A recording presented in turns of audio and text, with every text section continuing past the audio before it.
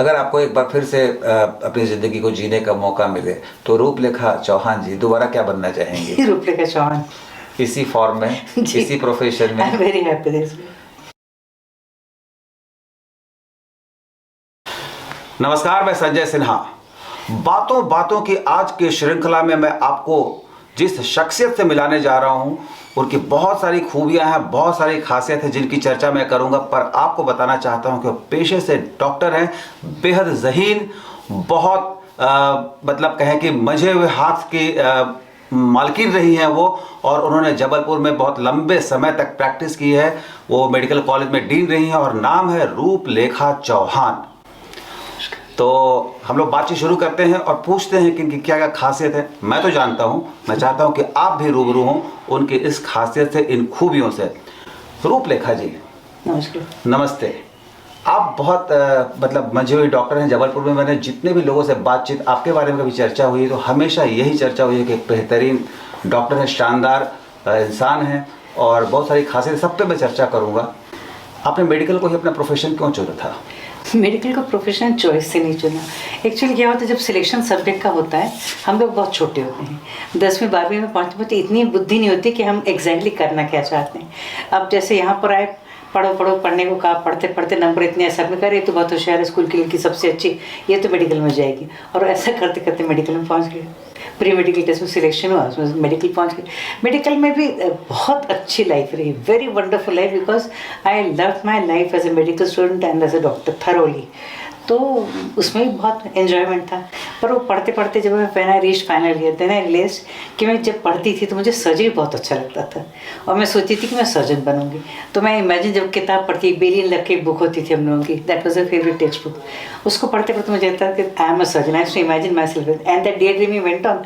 और मैं इमेजिन करती थी मैं खड़ी हूँ, मैं ऑपरेट कर रही हूँ, मुझे कोई इंस्ट्रूमेंट दे रहा है, लोग देख रहे हैं, वो बड़ा मजा आता सोच करके, था कुछ नहीं। तो आपने कहा कि आप जब मतलब 12th में रही होंगी, 11th-12th में, तब आपको ये पता नहीं था कि आप डॉक्टर बनना चाहती हैं? नहीं सोचा था आपने तो? लेकिन डॉक्टर बनना तो बहुत मतलब मुश्किल काम होता है। ऐसा तो नहीं है कि गए और बैठे एग्जाम में हो गया।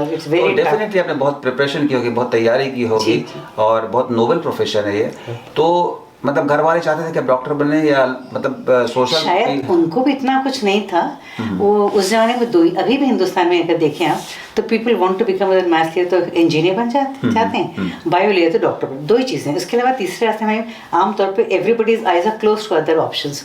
तो नेचुरली लोगों ने कहा बायो लिया, बायो मैथ्स नहीं बनता तो बायो लेते, बायो लिया तो बायो में सिर्फ पढ़ना होता, ज़्यादा कुछ नहीं होता, दिमाग का एप्लीकेशन नहीं। कौन से साल की बात है जब आपने मेडिकल प्रोफेशन में? 1970, फर्स्ट PMT। 1970 की बात है। जी। बहुत पुरानी बात हो गई। हाँ। 70 में आप मतलब कि मेडिकल में चली गई मेडिकल कॉलेज, और उसमें मेडिकल कॉलेज की गिनती बहुत कम थी और बहुत मुश्किल था, टफ था। तो आपने कहाँ, कौन से मेडिकल कॉलेज आपने पढ़ाई? I started my career at Raipur because my father was there. मेरे फादर SC थे MPV में, तो he was posted at Raipur, तो रायपुर में एडमिशन लिया। फिर later he got transfer to Jabalpur. अच्छा। When I was in 3rd we came to Jabalpur, तब से यहाँ के हो गए। तो जब आपका दाखिला हुआ था तो मतलब PET का वो PMT पहली बार PMT शुरू हो गया था? जी। PMT that was the first time PMT was held. अच्छा, वो फर्स्ट टाइम था? वो फर्स्ट बैच थी हम लोग का PMT वाले।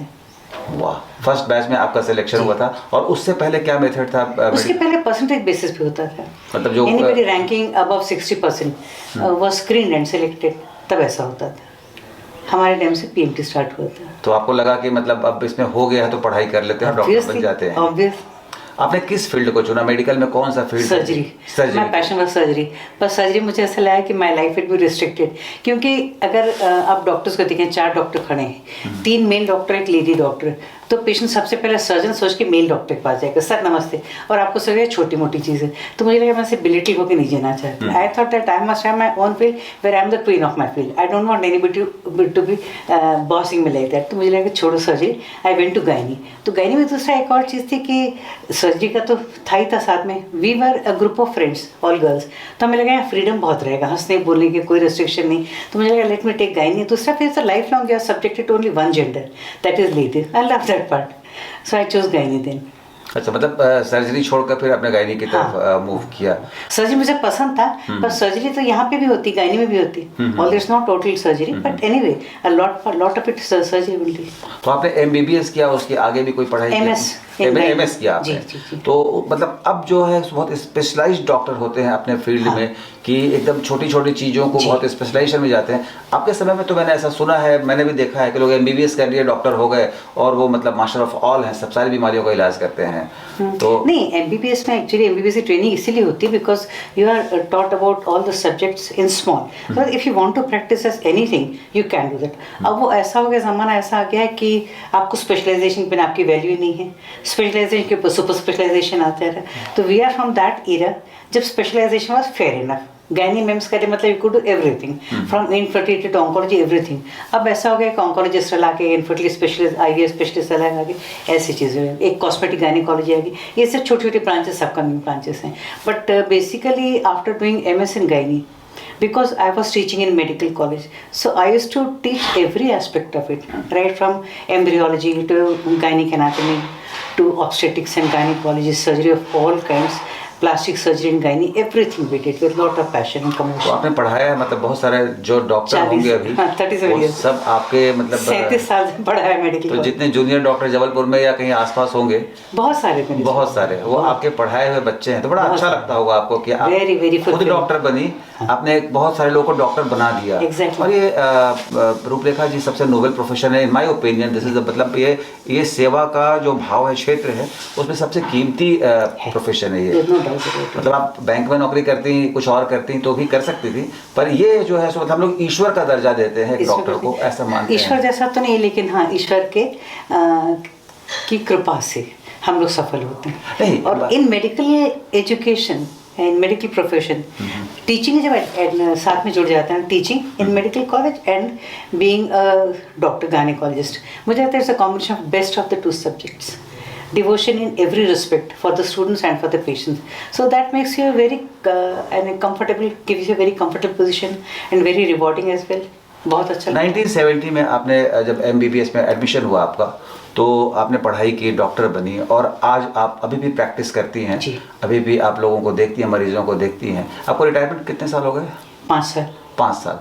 तो अब मेरा ये सवाल है आपसे कि आपने समाज में ऐसा क्या बदलाव देखा है मेडिकल प्रोफेशन में, तब में और अब में? हमारे ज़माने में क्या होता था कि हम लोग सब्जेक्ट जो चूज़ करते थे वो अपनी इच्छा से, what I want to become. अब जो सब्जेक्ट चूज़ करते बच्चे देखते हैं कि किसमें इनकम ज़्यादा है और कम मेहनत में ज़्यादा इनकम होगी। तो हमारे टाइम पे ये सब कोई था ही नहीं, ऐसा सीन ही नहीं था। Whatever we earn was just part of the game. हमारा ये था कि हमको अपना सब्जेक्ट में इंटरेस्ट रहना चाहिए, तो आवर चॉइस वॉज दैट। अब बच्चे थोड़ा दूसरे नज़र से देखते हैं। तो आपने अपनी बात बहुत मतलब कि शालीनता से बता दी है मुझे ये, कि डॉक्टर जो हैं अब वो इनकम पर ज़्यादा फोकस है उनका। ऑब्वियसली हाँ, जैसे जिस सब्जेक्ट में उतने ही टाइम में ज़्यादा पैसे कमा सकते। मान लीजिए अगर मैं IVF करती हूँ, 1 साइकिल है 5 years IVF, I earn 1.5 lakhs। और मैं अगर एज ए गायनेकोलॉजिस्ट अभी जैसे मैं प्रैक्टिस करती हूँ, I don't earn that much in a months time also. तो if you see money wise we are far compromise, but I think money was not the aim of a life. What I wanted was to live a comfortable life जहाँ मेरी कोई इच्छा अधूरी न रह जाए। And I believe that whatever I had desired, it may be small or large, I have achieved everything. It's not matter of your desire, it's matter of doctor's desire कि doctor को क्या मनी माइंडेड होना चाहिए। अब देखिए, दुनिया पूरी तरह से मनी माइंडेड कौन नहीं हो रहा, मुझे बताइए। फिर भी कुछ प्रोफेशन तो ऐसे हैं जो कि नहीं होने चाहिए। ऐसे होने को फिर ऐसा नोबल प्रोफेशन कोई क्यों चूज करे जहाँ गरीब बनकर रहो। जैसे मंदिर के पुजारी को तनख्वाह नहीं दोगे तो do you think will be happy? उसको अच्छा ही लगेगा, चलो तनख्वाह तो मिलते हैं, सभी डॉक्टर जो होते हैं तनख्वाह तो मतलब ऐसा तो नहीं है कि सरकारी डॉक्टर को बहुत अच्छी सैलरी मिलती है। नहीं, बहुत अच्छी बिल्कुल नहीं है।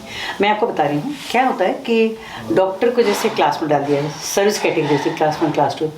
अगर आपने क्लास 2 बनाया तो all class 2 are considered together. अब दैट में include a BE engineer, that में include an MCH surgery, right? So MCH surgery वाला तो 15-20 साल पढ़ाई की है, and at every level there has been lot of competition. Should you not be considered at a little higher level? दूसरा, gynae या doctor से एक्सपेक्टेशन है कि जब भी फोन करें आप फोन उठा लेंगे, आप पोलाइटली आंसर करेंगे। तो चूज किया उनकी इमरजेंसी होगी तो आप अवेलेबल रात के 12 बजे हो। आपने वो प्रोफेशन चूज किया है। हाँ, मैंने तो चूज किया है, राइट। बट उस जब चूज किया था तब ये नहीं पता था कि मेरी फैमिली रहेगी, मेरे बच्चे रहेंगे, और किचन का काम बंद करके दौड़ते भागते जाना पड़ेगा, फिर बच्चे भूखे रह जाएंगे, कभी हो गया, कभी होमवर्क नहीं पाई, कभी सोचा ही नहीं था। इतना आगे की सोच भी नहीं थी, इतनी बुद्धि नहीं थी। तो सब्जेक्ट अच्छा था वो करते के बाद उसे, लेकिन I had to suffer a lot because of this job. कितनी बार बच्चों को 9 बजे बच्चे खाना खाने जा रहे हैं, पता पड़ा एम्बुलेंस आ गई। एम्बुलेंस से ज़्यादा इम्पोर्टेंट है कोई पेशेंट आता है। आपकी शादी कब हुई? 1977 when I was still doing MSc। मतलब आप डॉक्टर बन चली थी पूरी तरह? हाँ, बन गए थे, पीजी कर रहे थे तब हुई थी। तो आपकी शादी कैसे, अरेंज मैरिज हुई या डॉक्टर की पीड़ा या डॉक्टर की खुशी? एक डॉक्टर समझ सकता है। अगर आपकी शादी किसी इंजीनियर से हो जाती तो बोलता है कि 6 बज के घर चलो, तो वो वाली बात नहीं रही है। हाँ। तो आपकी शादी से सर्चिंग फॉर डॉक्टर ओनली। तो उन्होंने ढूंढा आपके लिए डॉक्टर को, आपने खुद से ढूंढने की कोशिश नहीं की, मतलब मेहनत नहीं की आपने इस काम में? मेहनत नहीं की। रूपलेखा जी, आपने मेडिकल प्रोफेशन को चुना, आपने किया सब कुछ, जैसा कि आप बता रहे हैं कि आप मेडिकल कॉलेज में पढ़ाती भी थी और आपने जो मेडिकल कॉलेज में जो टॉप पोस्ट होती है आप उस तक पहुंची अपने लगन से, मेहनत से। तो घर को और मेडिकल प्रोफेशन को दोनों कैसे मैनेज करती थी आप? This is what is called time management. I was telling somebody today कि जिंदगी में एक चीज़ है, किसी भी जॉब में जाओ, कुछ नहीं है housewife, but if you have learn the art of time management you have learn the whole life and you can live your life very happily. I have seen many people who get up in the morning, सुबह से अरे आज चाय क्या बनेंगे, नाश्ता क्या बनेंगे। मुझे तक मेरी प्लानिंग तो प्रीवियस डे हो जाती है, ये बनना है तो ये सामान अवेलेबल है कि नहीं, and how much time will be required in the kitchen, I have to quickly finish up my work. I am free most of the time, that's why. कितना समय आप देती थी घर में और कितना समय बाहर, मतलब कि लोगों को? जिंदगी को पूरा समय, जितना टाइम घर पे है तो घर पे है, जरूरत पड़ी तो बाहर, फिर लौट के घर वापस। कितने बच्चे हैं आपके? 2 बच्चे। तो आपने उनको भी समय दिया, अपने पति को समय दिया? I tried to give as much as I could. I don't know whether they are satisfied or not, but from whatever little time I had, I tried to give maximum time to my children. In fact, initially if I say early till how long? जब तक मेरे बच्चे 10th 11th में नहीं, मेरे बेटा 10th तक नहीं बने, तब तक I had not done any practice. I was not interested in practice. मुझे लगता कि पैसे कम है तो ठीक है, but they need more of my time. पैसे कम कहाँ थे? आप डॉक्टर, आपके हस्बैंड डॉक्टर, तो पैसे कम कहाँ थे? तनख्वाह कितनी मिलती है आपको आइडिया? डॉक्टर की? When I joined my job, how much did I earn? No, I don't know. As a lecturer in 1980, my salary was 450 rupees. मतलब टेक होम सैलरी 450 रुपये। 400 टेक होम सैलरी, घर में 450 रुपये आते थे 1980 में। हाँ। तो 1980 में बाकी प्रोफेशन में लोगों की कितनी सैलरी रही होगी? बाकी प्रोफेशन में देखिए क्या, जैसे अगर आप मैं इंजीनियर से compare, I was class 2 then, lecture is class 2, तो क्लास 2 की सैलरी की 450 रुपये थी इंजीनियर में। But if an engineer joins a job, he is given a colony to live in, he is given a house, government house, 1 or 2 servants, telephone, vehicle and everything, and we had just nothing, only that little money in the hand and nothing more than that. तो इस बात का regret रहा आपको कि कभी काश नहीं, शुरू में बहुत तकलीफ होती थी, काश इंजीनियर बने होते? नहीं मुझे ऐसा तो कभी नहीं लगा, बट आई फील था कि इतना कम, इतना मीगर पे, बट ठीक था। It was for first few years that we had to tolerate that, फिर तो ठीक चलने लगा। लेकिन मैंने तो हमेशा डॉक्टर्स को, जो बहुत ऑनेस्ट और अच्छे डॉक्टर भी होते हैं, बड़ा अच्छे से ज़िंदगी को जीते हुए देखा है। मतलब एक डॉक्टर के पास गाड़ी हमेशा होती थी, अपनी पर्सनल गाड़ी फिएट हुआ करती थी उनके पास। तो ये पहली बार सुन रहा हूँ कि 450 रुपये मिलते थे, बहुत कम है। If you really earn with honesty, there is a lot of struggle in life. थोड़ा सा डिसऑनेस्ट प्रैक्टिस करें तो फिर सब कुछ आता है। ये बात कह रही हैं, तो जो आजकल जो कॉन्सेप्ट शुरू हो गया है कि प्राइवेट होना चाहिए, इंश्योरेंस होना चाहिए, ये जो पूरा अमेरिकन कॉन्सेप्ट है मेडिकल लाइन में, आप एग्री करती हैं कि ऐसा होना चाहिए या इसको एक सोशल वेलफेयर का ही नहीं होना चाहिए? क्यों नहीं होना चाहिए? हमने तो अपना इंश्योरेंस करा के रखा अभी। नाउ व्हेन वी रिटायर्ड हमको समझ में आया कि भारत जैसे देश में जहाँ पर कि 80 करोड़ जनता अभी भी 5 किलो अनाज के मुहताज है, वहाँ पर वो मेडिकल कॉलेज में कैसे? मुझे लगता है कि मोहताज इतने नहीं हैं। शायद ट्राइबल्स होंगे, ट्राइबल्स भी they are also very well off because they live in the midst of data है, तो वो डेटा होगा। पर मुझे जैसा मैं देखती हूँ, the whole scene is entire change. I don't see poverty to that extent. I remember patients who used to come to me about say 30-40 years ago, उनमें से हस्बैंड का सॉक्स पहन के उसमें भी छेद होता। तो मुझे देख के बहुत दुख होता कि इतनी इज्जत इन लोगों की कम क्यों होती कि अपने तरह लिए मुझे भी खरीद नहीं सकते। Right, that was it. अब तो ऐसा कहीं नहीं देखने को मिलता। Nothing have changed and स्थितियाँ बदली हैं आपके हिसाब से? हाँ, मुझे लगता है कि ओवरऑल स्टेटस हैज इम्प्रूव्ड सभी का। और हेल्थ सेक्टर में जो लोग जो हैं सो पहले से ज़्यादा अवेयर हुए हैं? हाँ, अवेयरनेस तो थोड़ा सा आया है।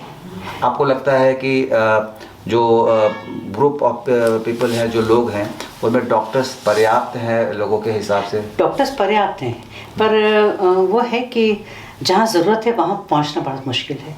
जैसे अगर मैंने मान लीजिए MBBS किया होता और आप मुझसे कहते कि आप जाकर एक गांव में डिंडोरी में प्रैक्टिस करो। अब डिंडोरी में मैं जाऊंगी, I come from a family where हम लोग we lived in a very sophisticated environment. वहाँ से उठा के आप मुझे गाँव पढ़ते हैं। गाँव में मेरे पास ना आसपास कोई घर होगा, ना बच्चों को खेलने के लिए कंपनी होगी, ना स्कूल प्रॉपर होगा, ना हेल्थ फैसिलिटी। तो मुझे लगा why am I putting my children this dirty place, I move to better place जहाँ सारी सुविधाएं संपन्न होंगी। अगर वही गाँव इतना डेवलप्ड हो या फिर सैलरी इतनी हो कि हम बच्चे को अच्छी जगह रख के पढ़ा सकें, तो बस आप 450 रुपये में सोचो कि डॉक्टर जाके डिंडोरी के किसी गांव में बैठेगा। मैंने आपको बताऊं वैसे by the way after doing this ना when laparoscopy started, laparoscopic sterilization, it was I think 1984-85 somewhere. Doctor Bombay से डॉक्टर्स आते थे, यहाँ करते थे। उसके बाद we in medical college were given this opportunity to do the operations in villages and train doctors. So for I think about 5 or 6 years, I have worked in villages in different and I have been to smallest village which I had never imagined in my life they could be so.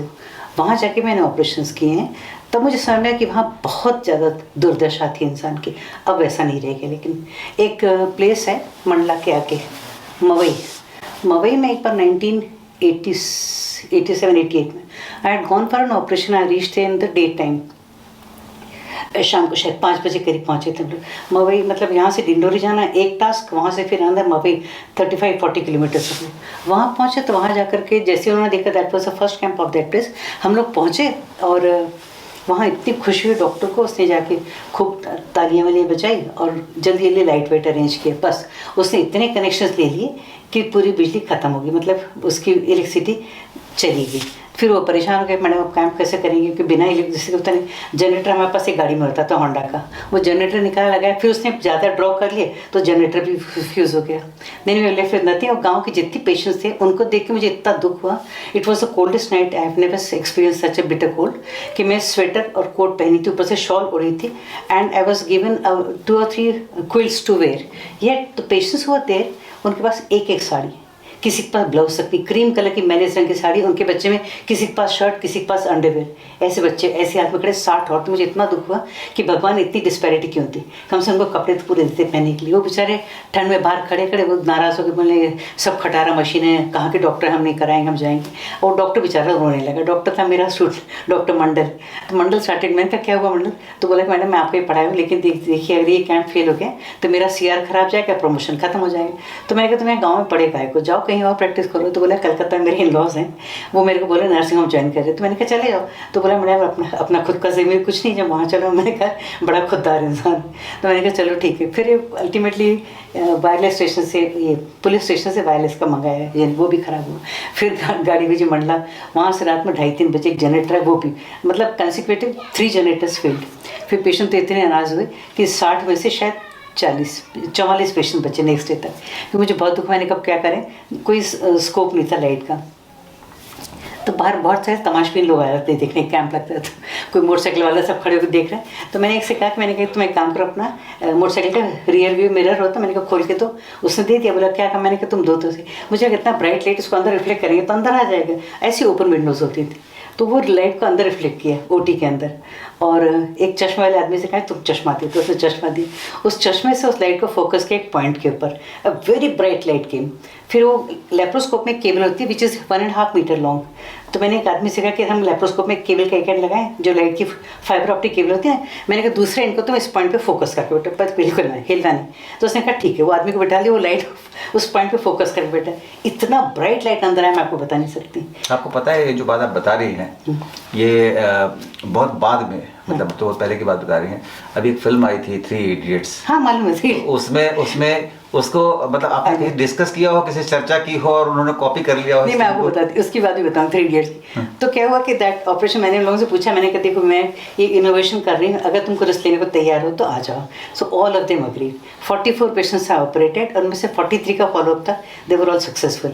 Anyway तो I took a little long time, क्योंकि focus बार बार हिल हो रहा था। इतना तेज़ लाइट, मुझे आश्चर्य, इतना तेज़ लाइट तो लाइट सोर्स से नहीं आता। फिर मैं वो दिमाग में मेरे बात रहेगी। मैंने घर आकर के इनको बताया अपने हस्बैंड को कि मैंने कहा देखो आज इतना अच्छा काम में कमाल में। तो कहने लगे तुम पागल हो, कोई मर जाता तो मैंने कहा देखो मैं किसी के भला करने की थी, मरता तो कोई नहीं, बात तो पक्की है कि भगवान भी देख रहे थे, मेरा पर्सनल इंटरेस्ट कुछ नहीं था। I wanted the camp to be successful, that doctor to have his good CR and patient to be successfully operated. Anyway तो बात हुई, पर मेरे दिमाग में लगता था कि काम तो बहुत अच्छा किया मैंने। उसके बाद में एक कैंप किया था सहजपुर में, नटवारा के आगे, ये भेड़ाघाट के आगे, वहाँ पे 25 केसेस किए and 1 I did at Belkheda, वहाँ पे लाइट नहीं था तो ऐसे करके। So I had collection of 94 cases. इसका मैंने बहुत दिनों बाद में पेपर पब्लिश किया and that paper was publish in a very reputed journal current science में। जब वो पब्लिश हुआ तो उसके बाद में I was taking examination of MBBS batch, और मेरे पास में इंडिया टुडे से फ़ोन आया कि आपका डॉक्टर उपले। मैंने कहा कि हाँ, तो कहने लगे मैं मैक्स मुलर बोल रहा हूँ। मैंने कहा बोलिए। तो बोला मैंने एक आर्टिकल पढ़ा, ये आप ही हैं? मैंने कहा कि हाँ। तो मेरे फोटो में, मैंने कहा फोटो तो मैंने खींची थी, वो मेरे फ्रेंड्स जिन्होंने एक्सपेरिमेंट किया था। तो कहने लगे कि madam can I not compare you with 3 idiots? मैंने कहा कि नहीं, यू कैन नॉट। बोला क्यों? तो मैंने कहा there was only 1 idiot, doctor Chauhan, no other.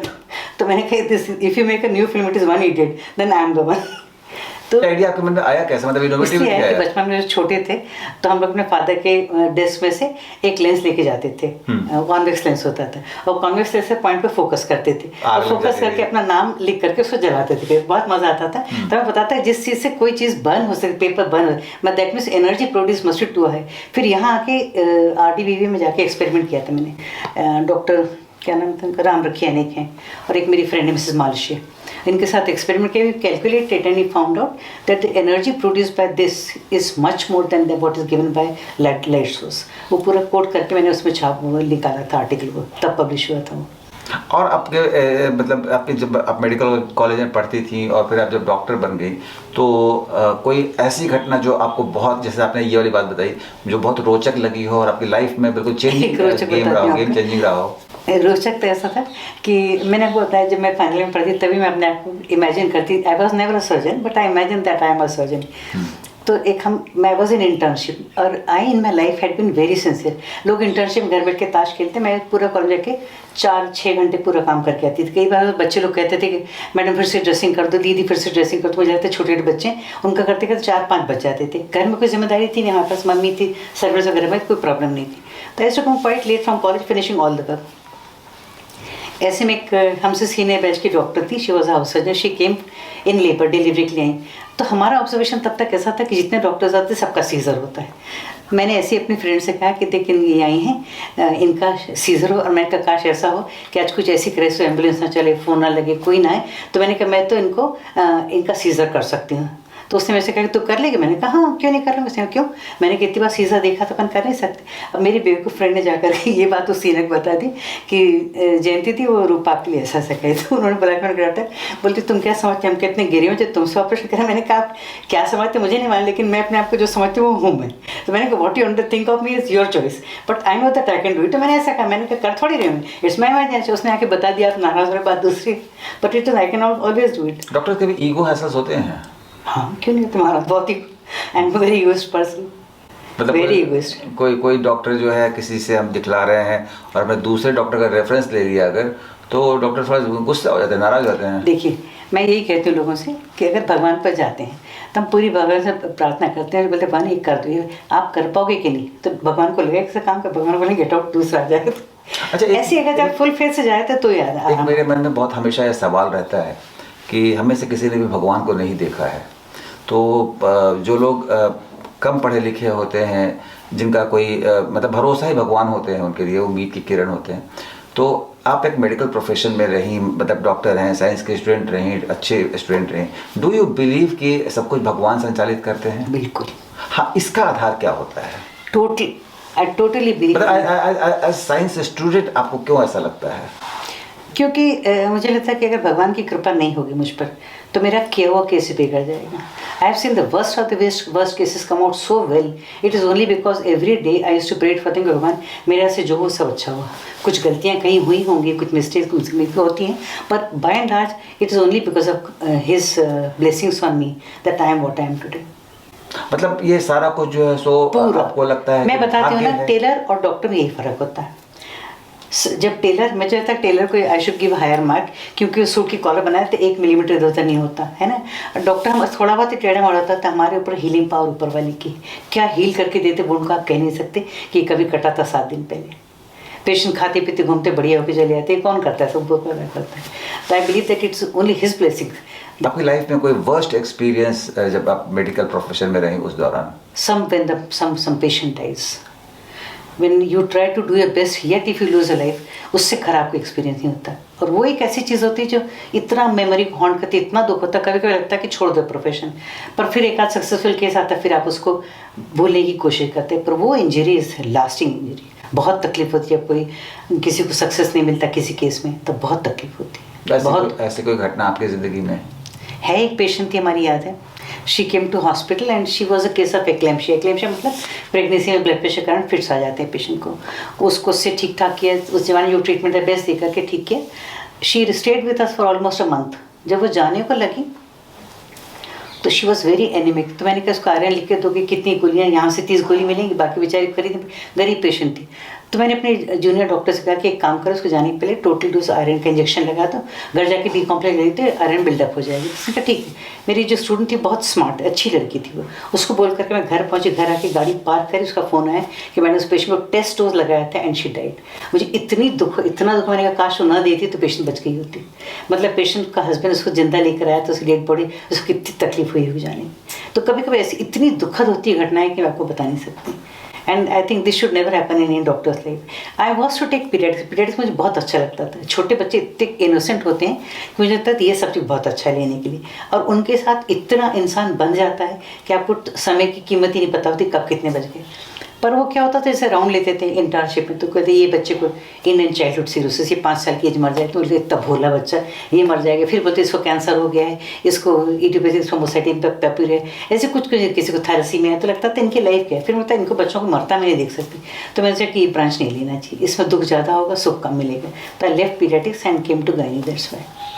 आपको अभी मतलब अपने यहाँ किस तरह की समस्या लगती है? मेडिकल फील्ड में क्या लगता है, महिलाओं में जागरूकता नहीं है या बहुत सारे लोग अपने हेल्थ को लेकर अवेयर नहीं है? द सीन हैज़ गॉट 2 पहलू जिसको कहना चाहिए।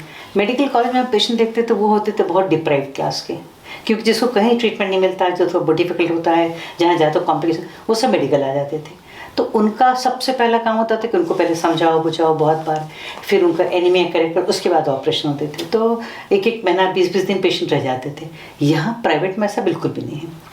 प्राइवेट में जो केसेस आते हैं ये एजुकेशन लेवल अच्छा होता है, because economy they are well supported, so इनका एजुकेशन लेवल अच्छा, अंडरस्टैंडिंग अच्छी है, अवेयरनेस है। तो मुझे लगता है कि there is a lot of difference between that class and this class. अभी भी I was talking to my students in medical college, they were telling me कि वहाँ अभी भी इनके पास सर्वाइकल कैंसर के पेशेंट्स आते हैं। प्राइवेट प्रैक्टिस में 2 साल मैंने एक भी सर्वाइकल कैंसर नहीं देखा।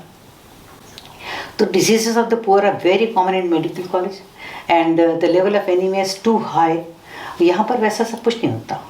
तो बहुत डिफरेंस है दोनों में, लॉट ऑफ डिफरेंस। मेडिकल के अलावा आपकी दिलचस्पी और किस चीज़ में रहती है? मतलब जब डॉक्टर नहीं होती हैं, डॉक्टर रूपलेखा चौहान से डॉक्टर डिलीट कर देता हूँ थोड़ी देर के लिए, तो रूपलेखा चौहान कौन होती हैं, क्या करती हैं? मुझे अच्छे लगते हैं छोटे बच्चे और जानवर। मतलब पेट से प्यार है आपको? बहुत ज़्यादा पेट से है। और जो नहीं है, जैसे गाय है, उसको भी देख के मुझे लगता है 2 मिनट रुक के गाड़ी रोक के उसको देख लो, उसका भोलापन, उसकी दिली, उसका बड़पन हो जाता है कि क्या भगवान ने भी अवतार बनाया इनका कि ये सिर्फ मनुष्य के हित के लिए बने हुए हैं। तो मुझे लगता है कि इतने अच्छे, तो इनके लिए मुझे बहुत रिस्पेक्ट और बहुत ज़्यादा प्यार है। Other than that of course my passion is for drawing and painting. Drawing and painting, तो मतलब ड्राइंग एंड पेंटिंग बोथ। तो ये कैसे आपके अंदर मतलब कलाकार वाली शुरू से रहा था। मतलब My father was an artist. He used to draw when he was free. He used to draw. I seen some of his drawings. बहुत अच्छा करते थे। मेरे uncle was an artist. He used to have solo exhibitions at Nagpur. क्या नाम था उनका? मनोहर सिंह दीक्षित। मनोहर सिंह दीक्षित। तो आपको मतलब वो आपके खून में आई हुई विद्या है। और बायोलॉजी के स्टूडेंट में थे, आपको ड्राइंग का तो वैसे भी थोड़ा अभ्यास रहा होगा। तो किस तरह के चित्र बनाती हैं आप? सभी कुछ बनाती, लैंडस्केप बनाती हूँ, स्केचिंग करती हूँ, वाटर कलर्स हैं, मधुबनी है। यह पहली बार सुन रहा हूँ कोई डॉक्टर जो है वो पेशेंट, मतलब लोग तो चक्कर में रहते हैं कि 2 और पेशेंट एक्स्ट्रा देख लें, कुछ पैसे आ जाएं, और आप जो है चित्रकला है, भगवान ने इतना दिया है कि मुझे कमी नहीं होती कभी भी। मतलब जो मेरी इच्छा वो भगवान पूरी कर ही देते हैं। आपको बहुत ज़्यादा विश्वास है, भगवान जो करते हैं वो सब अच्छा करते हैं पूरा 100%। और जैसे जैसे समय बढ़ रहा है ना, तो सोचने को बहुत समय मिलता है कि something happen, why did it happen. समझ आता है कि मेहनत तो सभी करते हैं, सफलता हमको क्यों मिलती है? क्योंकि ऊपर वाले का आशीर्वाद है। आपको अगर मैं ये कहूँ कि आप आज की जनरेशन में जो बच्चे पढ़ रहे हैं, खासकर डॉक्टरी पढ़ना चाहते हैं, उनके लिए आप क्या मैसेज देना चाहेंगे? एक तो ये काम कि अपना काम बहुत ईमानदारी से करो, पेशेंट सामने बेटा पूरा टाइम सिर्फ पेशेंट को दो, listen to every single thing, क्योंकि पेशेंट के हर बात में बहुत इंपॉर्टेंट मैसेज होता है। दूसरा, एग्जामिन करो, जो सिस्टम बताया है पूरे सिस्टमेटिक एग्जामिनेशन। तीसरा, जो एडवाइस दो पेशेंट को, तो बी वेरी ऑनेस्ट थिंकिंग कि अगर कभी आप उस कुर्सी पे हुए पेशेंट की जगह, तो आपके साथ भी वही होगा जो आप दूसरे के साथ कर रहे हैं। What goes always comes back.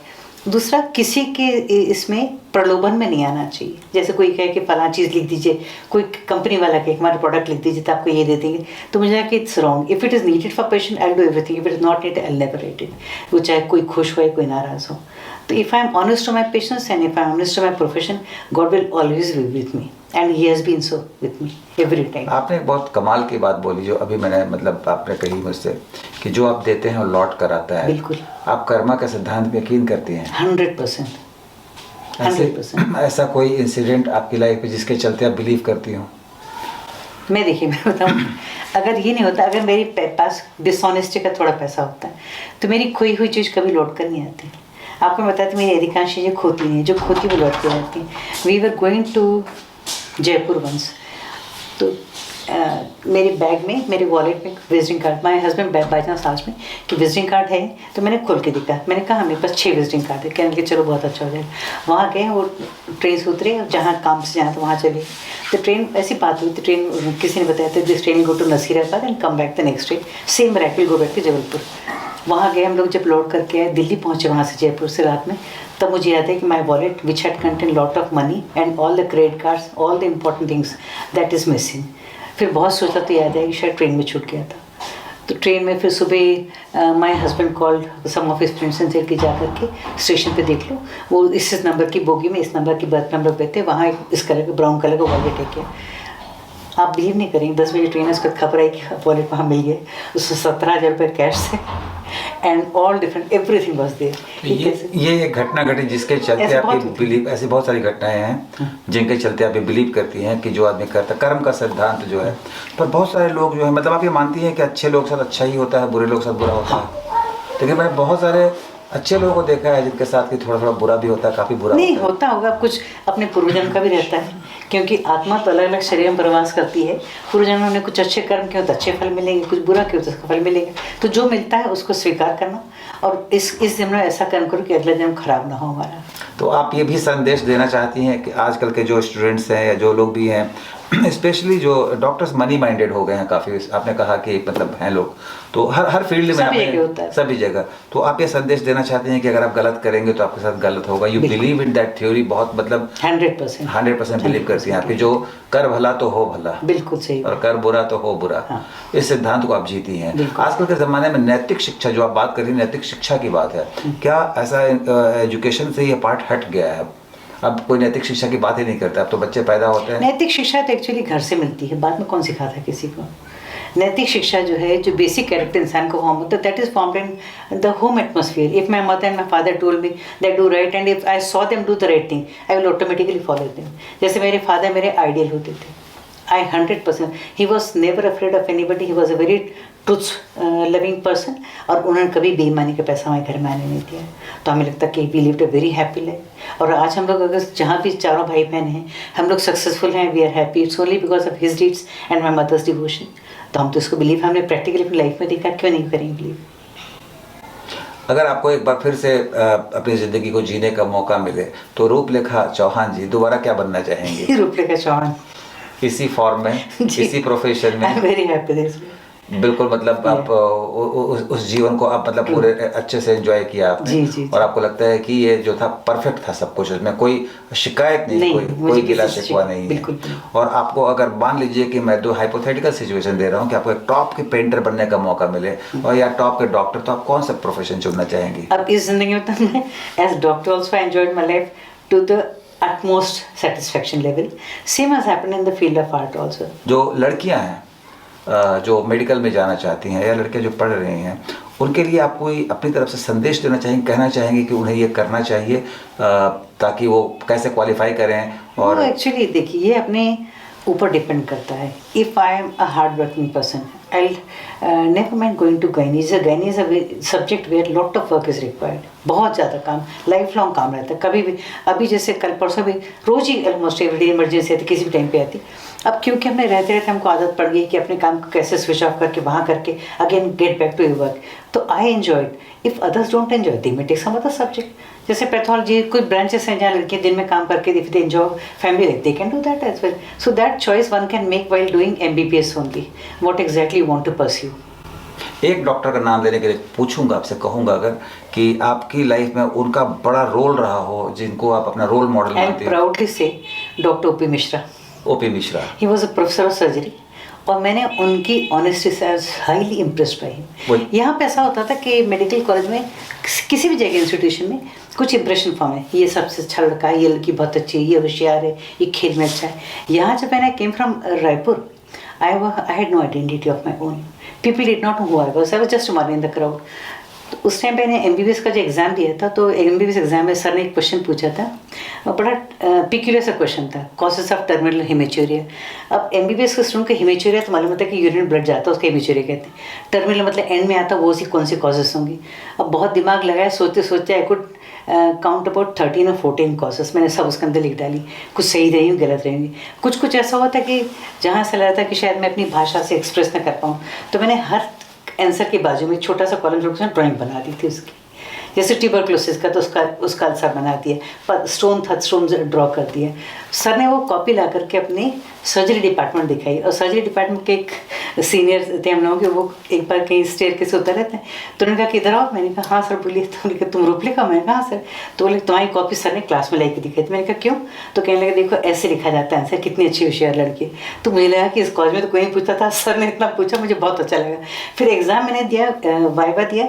Viva में इतना बढ़िया ब्रेस्ट कैंसर केस मिला था. सर ने पूरा वाइवा लिया. उसके बाद पूछते हैं, जब मैं निकल के, तो मेरे बाद वाला लड़का माइकल नाम का लड़का था, माइकल से पूछा कि ये लड़की कौन है? उसका रूपरेखा. कैसी है पढ़ने में? सर अच्छी.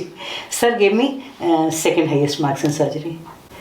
तो यहाँ एक्चुअली वो क्या होता कि नहीं टॉपर्स को टॉप करा दो, ऐसा चलता होगा शायद, पर ये मुझे देख के बहुत खुशी हुई कि सर ने मुझे इतना सम्मान दिया. दूसरा मुझे एक चीज़ अच्छी लगती थी कि he was a very honest man and truth loving person. वो ऐसे इंसान थे जो सुबह टाइम पर बराबर, हम हॉस्टल से निकलते थे, दौड़ कर जाते थे कि ठीक 8:30 बजे सर की कार अन्नपूर्णा कैंटीन के सामने खड़ी मिलेगी, और अगर उनको देख लेते लगता आज का दिन सफल हो गया. तो उनको मन में प्रणाम करके, एक डॉक्टर भंडारी थे, डॉक्टर कौल थे, डॉक्टर O.P. मिश्रा थे, इन लोगों को देख के R.K. मिश्रा साहब, 4-5 बहुत अच्छे टीचर थे, इनको मन में प्रणाम करके ऊपर जाते कि आज का दिन तो सफल हुआ क्योंकि इनके दर्शन हुए. आप इम्प्रेस थे इन लोगों से, मतलब वेरी रोल मॉडल थे आप. पूरे हमारे हॉस्टल के बच्चे सब वहीं भागते थे कि यहाँ से जाएंगे तो सर दिख जाएंगे, सर को देखना दिन अच्छा बीत जाएगा. एक मैं अपनी तरफ से एक टिप आपसे देना चाहता हूँ, जानना चाहता हूँ कि आजकल कैंसर जो है सो उससे कैसे बचा जा सकता है, बचा जा सकता है कि नहीं बचा जा सकता है. मैंने कहीं रिपोर्ट में मतलब वो ये पढ़ा था कि कैंसर जो है ये कोई कारण नहीं होता इसके होने का. It's disease of bad luck. No, it's not that. बहुत सारे कैंसर्स का they have been able to find out the pinpoint the cause of cancer, और most of it in general if you say it is because of atmospheric pollution and faulty diet. जैसे breast cancer it is genetically inherited, किसी में hormone level से होता है, बाकी genetic. Cervical cancer is caused by virus, human papilloma virus. तो ये 2 cancer तो पिन पॉइंट है. और भी कैंसर्स का होगा, तो इट इज़ नॉट कि बैड लक और गुड लक का सवाल है. अब because of detection facilities available at a very early stage, cancers are treated, not only treat, cured also. एक यहाँ डॉक्टर मेरे स्टूडेंट था, उसने एक बार एक वो कराया था फंक्शन, उसमें ही had called all his treated cases of cancer in it, these are all post treatment cancer cases. मुझे देख के अच्छा था, crowd of 50 people by 1 doctor only, मुझे बहुत अच्छा लगा देख करके. So many of them lived a very long life. तो आप अपनी तरफ से कहना चाहती हैं, कोई जोड़ना चाहती हैं?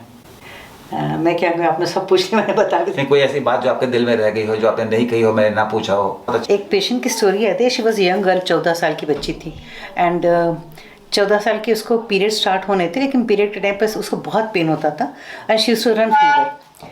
तो उसका फादर ये हेल्थ डिपार्टमेंट में MAIO था, उसको लेकर के आया. तो मैंने देखा कि उसका सिर्फ यूट्रस बना था, भगवान ने सिर्फ बच्चादानी बनाई थी, यूट्रस वेजाना था ही नहीं. तो उसका ऑपरेशन इतना आसान भी नहीं था, क्योंकि जितना डेप्थ नॉन कैनलाइज होता है उसको ऑपरेट करना बहुत डिफिकल्ट होता है. And if I go by standard protocol, उसका मुझे यूट्रस निकाल देना था, क्योंकि नीचे का रास्ता पैसेज ही नहीं बना था. तो उसका मुझे लगा कि किसी की ज़िंदगी पूरी ख़राब हो जाए। हिंदुस्तान में shaadi is so essential for girl survival and then to have a child, then only the femininity is complete. तो मैंने उसका बहुत डिफ़िकल्ट ऑपरेशन था। I operated her and created a passage. उसको 3 बार ऑपरेट किया और अगेंस्ट ऑल ऑड्स उसको सब ठीक ठाक किया, उसको मोल्ड वगैरह दिया। अल्टीमेटली उस बच्ची की माँ की डेथ हो गई, उसकी शादी हुई। शादी होकर के she married somebody in reserve police force. अब उसके बाद में उसकी क्योंकि अंदर उसको कॉपर टी डालते बहुत ट्रीटमेंट किया था, तो ट्यूब्स उसकी बंद हो गई थी, लेकिन पीरियड्स के बराबर आते थे। शादियों की शी वॉज सक्सेसफुली मैरिड। अभी उसने पता पड़ा कि 3 बार उसने IVF कराया पूना में एंड शी बिकेम प्रेग्नेंट और उसकी लड़की हुई। मुझे इतनी खुशी हुई। 6 सितंबर को बच्ची मुझे दिखाने में, that was the happiest day of my. मैंने कहा कुछ नहीं चाहिए मुझे, बस ये एक इतनी बड़ी सफलता है, ये मुझे बहुत बड़ी खुशी दे के गई। उसके बाद में अभी दूसरी बच्ची को ऑपरेशन किया था 6-7 साल पहले, वो भी उसकी शादी हुई, तो उसने मुझे शादी में बुलाया भी था। तो उससे मैंने कहा कि देख तेरे लिए बहुत अच्छी न्यूज़ है कि तेरे ऐसे एक पेशेंट की बच्चा हो गया, तो you also stand a good chance of having an issue in future life. अब उसका भी हो तो मुझे ज़रूर इन्फॉर्म कर। उसने पूरी शादी के फ़ोटोज़ पोस्ट करी मुझे बच्ची ने। तो ये कुछ कुछ केसेस जब सक्सेसफुल इतनी खुशी देखे जाते हैं जिसका कोई हिसाब नहीं होता। अच्छा लगा बातचीत करके, बहुत खुशी हुई और मैं विश करता हूँ कि आपके पेंटिंग जो है जो दुनिया भर में शोहरत पाएँ। एज ए डॉक्टर तो आप बहुत पॉपुलर हैं ही, बहुत से लोग आपको शोहरत है, लेकिन एक चित्रकार के रूप में भी आपको खूब खूब ख्याति मिले, आपको खूब नाम रोशन हो और हम लोग भी कहीं देखें चित्र तो लिखें उसमें एक सिग्नेचर हो, Rooplekha. Thank you so much.